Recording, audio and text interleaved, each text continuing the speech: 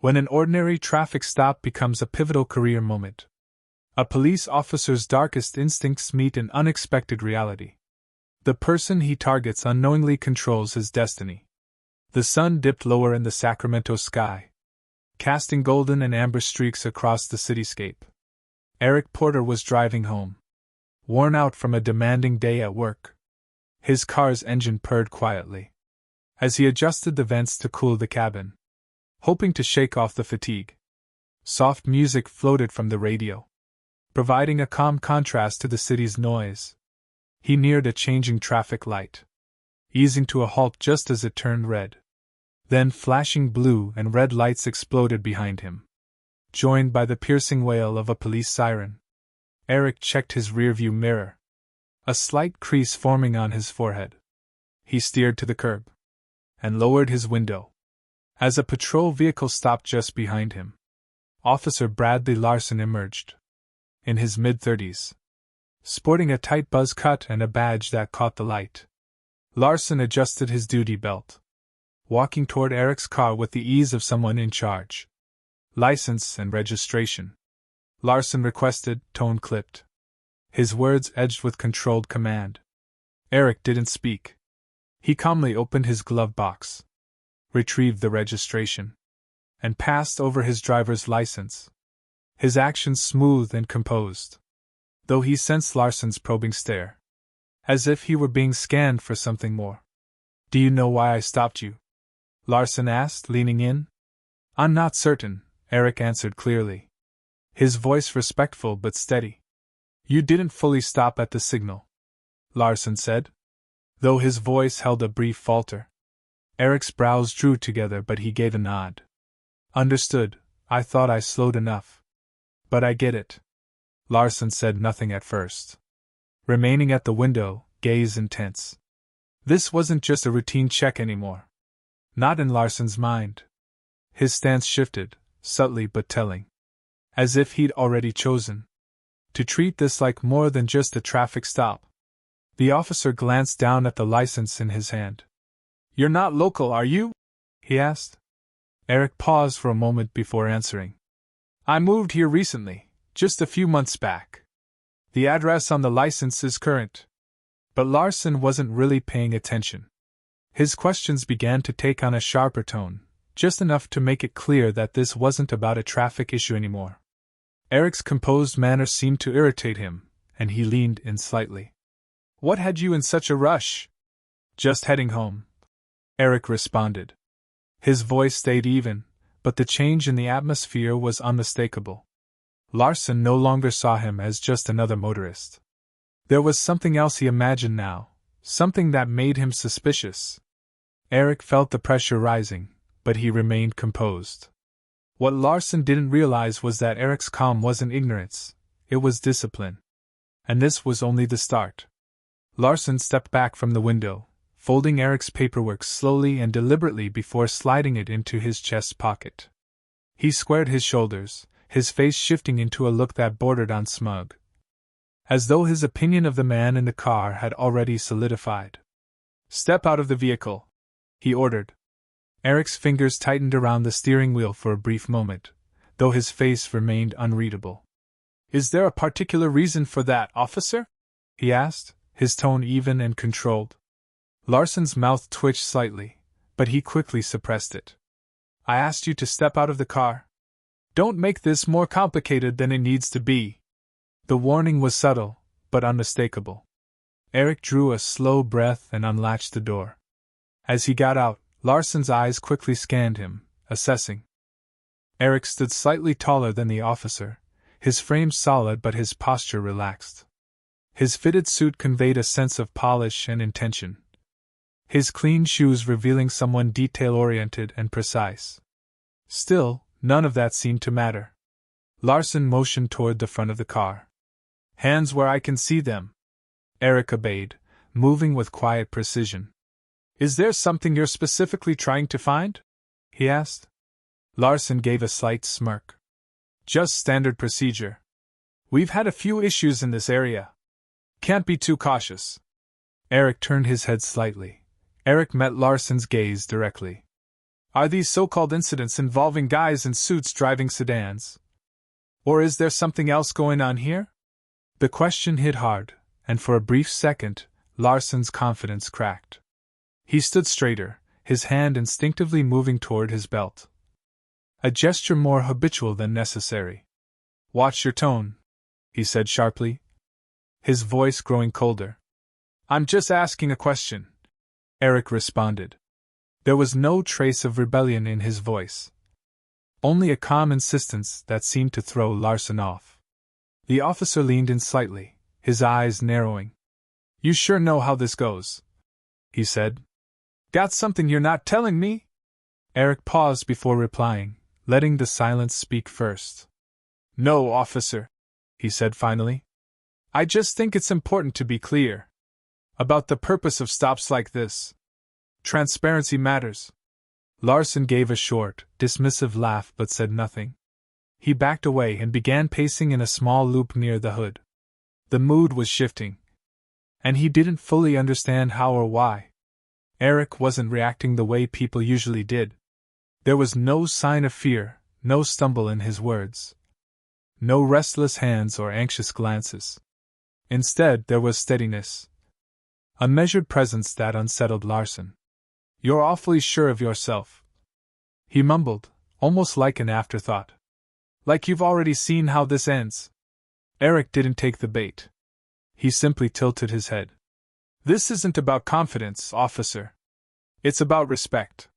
Larsen paused mid-step, thrown off. The smugness faded, replaced by a prickly edge. Defensiveness just under the surface. He opened his mouth. But no response came out. Eric's steady demeanor was getting under his skin. And Larsen couldn't quite find his footing.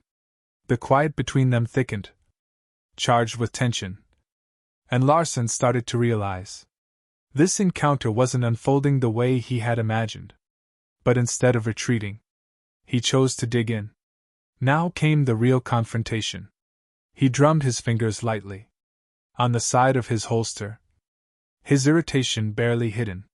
He wasn't used to being met with resistance, especially not from someone who looked like Eric. His eyes darted back to the vehicle, as though seeking an excuse he hadn't yet come up with. Turn around and place your hands on the hood, Larsen said, voice tight. I need to check you for weapons. Eric arched a brow. Weapons? He echoed, his voice tinged with disbelief, though still composed. Do I strike you as someone carrying a weapon? Larsen's jaw clenched, and for a split second, his cool exterior slipped. I won't ask again, he said sharply. Eric paused, something unreadable flickering in his eyes, then, wordlessly, he turned around and placed both hands flat on the hood. Larsen stepped in, the crunch of his boots against the pavement, punctuating the tense silence.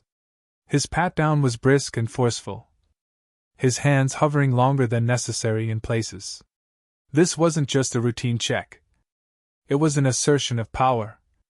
A silent attempt to provoke. But Eric remained still. He didn't recoil, didn't tense, didn't shift even slightly. Under the invasive search. You're clean, Larsen muttered at last, stepping back. The words sounded more like a complaint than a conclusion, as if he were annoyed that nothing had validated his suspicion. Eric turned back around, his face composed, though his gaze remained razor-sharp. Of course I am, he said plainly. Now, officer, if that concludes your inspection. I'm not finished, Larsen cut in, his tone climbing as the words tumbled out, too quick, revealing his growing desperation to maintain control. You seem real familiar with what I'm allowed to do. Mind explaining why that is? Eric crossed his arms, posture loose. Despite the charged energy between them. I've had my share of experiences with the police, he replied.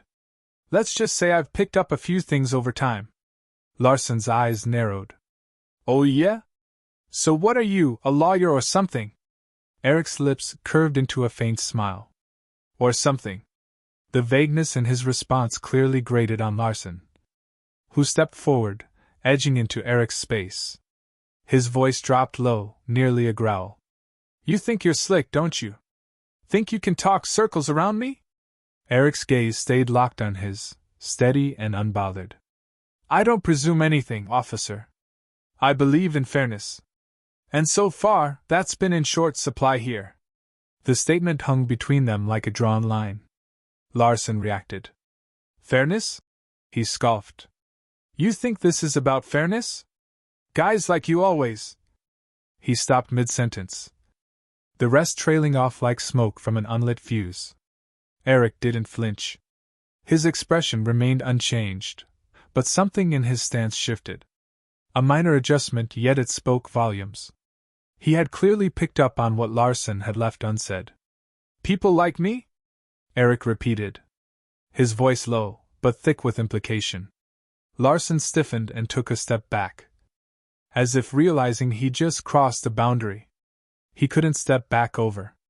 You know what I meant, he muttered, but the confidence from earlier had drained from his tone. I think I do, Eric replied, quiet but unwavering. His composure wasn't passive anymore. It had become precise, like a scalpel slicing through pretense. And I believe we both know. This stopped being about a traffic stop quite some time ago. Larson started to respond, but no words came. Uncertainty flickered across his face, his sure footing slipping beneath him. For the first time in the encounter, he didn't look in control. The balance was shifting, and he was suddenly off balance. But the most pivotal moment was yet to come, and it would be unforgettable. Eric finally broke the silence, his tone level and commanding. Officer, I think it's time you knew who I am. Larson's brow furrowed, irritation returning. I don't care who you are, he snapped, though the tremble in his voice said otherwise. Eric slowly reached into his pocket, his motion calm and deliberate. I'm retrieving my badge, he said evenly, watching as Larson's hand twitched toward his holster. No need for dramatics. I just want you to take a look. The tension crackled. Every word weighted with a deeper significance. Larson's eyes tracked Eric's hand, as he drew out a leather case, flipping it open to reveal a shining badge. Eric Porter, he said smoothly, as though introducing himself to a neighbor. Head of Internal Affairs, Sacramento Division. Larson stood frozen, his gaze bouncing from the badge to Eric's face, searching for any sign this was a bluff. But there was no sarcasm in Eric's expression, only quiet control and the faintest hint of regret. Internal Affairs? Larson echoed, his voice catching mid-word. Yes, Eric cut in, sparing him the discomfort of finishing. I monitor officer behavior. It's my responsibility to make sure everyone who wears this badge honors the principles and ethics it stands for. Larson's complexion turned ashen. His self-assured stance was falling apart by the second. Larson took a small, uncertain step back, his hand dropping from his belt, as though the authority he carried had suddenly grown too burdensome. Eric moved forward, closing the space that Larson had instinctively widened. Do you want to know what the most disturbing part of this exchange has been, Officer Larson? He asked, his voice calm but cutting. Larson didn't respond. He looked like someone who had just realized he'd stepped into a trap with no way out. It's not the profiling, Eric went on, even though that's already bad. And it's not the way you escalated things for no reason. What's most alarming is that you did all of this without the faintest clue who you were dealing with. Eric's tone remained even, but it struck like a hammer. You assumed I was ignorant of my rights, that I wouldn't know the very laws you're duty-bound to enforce. And why? Larson made a weak attempt to speak, but nothing came out. Eric locked eyes with him, his stare unwavering. Because I didn't match your idea of someone worthy of dignity, he said, finishing the thought for him. His words weren't loud or emotional, but they carried the weight of truth, undeniable and heavy. And that's not just an issue for me, Eric added. That's a serious concern for everyone. You deal with while wearing that badge. Larson's posture slackened slightly, the full force of Eric's words hitting him. His gaze drifted back to Eric's badge, as though he hoped it might vanish if he avoided staring too long. Eric stepped back, giving Larson some space, but his tone remained firm. Here's what's going to happen, he said. You're going to step away, return my paperwork, and think very carefully before you speak again.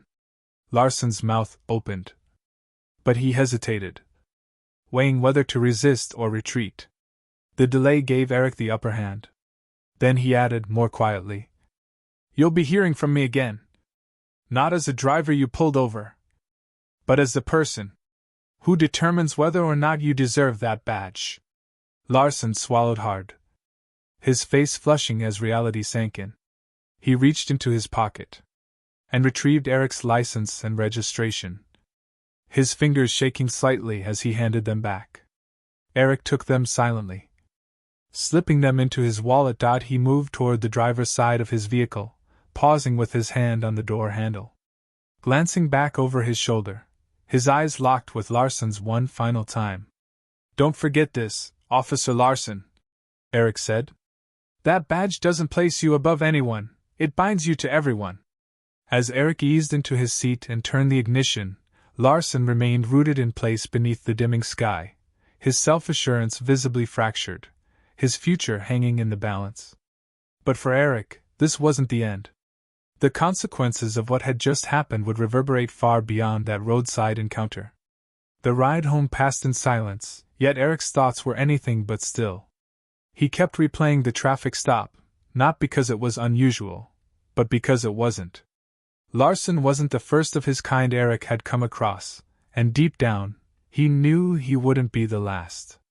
But this time, things had shifted. This time, Eric had the power to respond. The following morning, Eric was seated behind his desk, early sunlight filtering in through the slats of the blinds in his office at Sacramento's Internal Affairs Division. An open folder lay in front of him. Officer Bradley Larson. His service record showed blemishes, small complaints about his behavior, a pattern of questionable stops, and unclear incidents that had gone unresolved. Eric leaned back, fingers pressed together, considering the broader consequences. Larson wasn't some isolated case.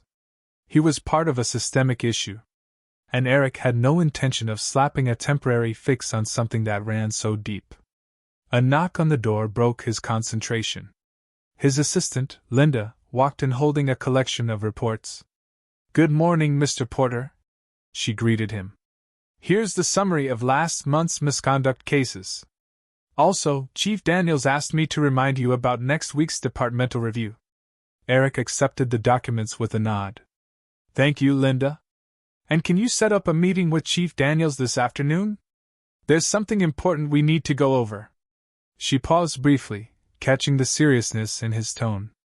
"Of course," she said, then quietly left the office. Eric turned back to Larson's folder.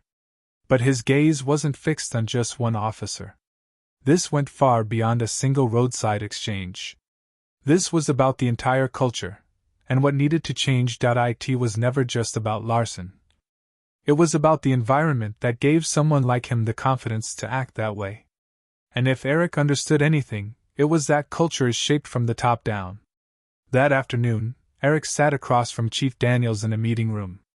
Daniels, a seasoned officer with gray-streaked hair and a hard-edged demeanor, leaned back in his seat, listening carefully as Eric described the events of the traffic stop. "I could have brushed it off as another unpleasant run-in," Eric said, his voice unwavering, full of purpose. "But doing that would have been a disservice. Larson's conduct isn't a one-off. It highlights the deeper issues we still haven't resolved." Daniels sighed and rubbed his forehead. "This isn't the first time Larson's name has landed on my desk," he confessed. "But every time, it's been handled quietly, within the department." "And that's exactly the issue," Eric replied. "Silence doesn't solve anything. It just lets it fester. We need to speak up." Daniels met his eyes, the weight of the moment settling into his expression. What are you suggesting? A full department audit. Eric answered immediately. Not just looking at officers individually. We need to evaluate how we train, the policies we follow, and how we enforce accountability. If we don't expect more from ourselves, how can we ask the public to believe in us? Daniels leaned in, his hands clasped tightly in front of him. You know this is going to upset some people. Good, Eric said without blinking. It's long overdue. The next several weeks were packed with sessions, evaluations, and public outreach. Eric poured himself into the work, gathering data, interviewing officers, and organizing town halls to hear firsthand from citizens. Larson's traffic stop became a rallying point, a pivotal event that pushed the department to face its shortcomings directly. As for Larson, he went through a formal review. Eric didn't hide his role. He sat directly across from the officer at the disciplinary hearing, watching as Larson struggled under questioning. The panel ultimately suspended Larson. But to Eric, the real win wasn't the penalty itself. It was laying the groundwork so that there wouldn't be another Larson in the future. Months later, Eric stood behind a podium at a local community gathering. Speaking to a packed room of officers, city leaders, and members of the public, Eric's message wasn't about pointing fingers, it was about taking ownership. He spoke of a collective obligation to build a system that served everyone equally. His words were more than a demand for accountability, they were a commitment to transformation. Justice isn't only about arresting criminals, Eric said, his voice carrying across the room. It's about ensuring the people who wear the badge uphold it with honor, treat others fairly, and show respect to all they meet. That's the kind of badge I stand behind. He continued, and that's what we're building here, together. The crowd erupted in applause, but Eric didn't dwell on it. For him, this wasn't a conclusion, it was the start of something better. As he stepped away from the microphone, he scanned the audience. Some wore doubt on their faces, others, hope. But every one of them was listening. Eric understood real change would take time. But it would come. And for now, that was enough. If this story struck a chord with you, consider sharing it with someone who needs to hear it. Let's spark the conversations that lead to real progress. Be sure to subscribe to our channel for more powerful stories like this, stories that challenge, uplift, and show us what's possible when we take a stand for justice.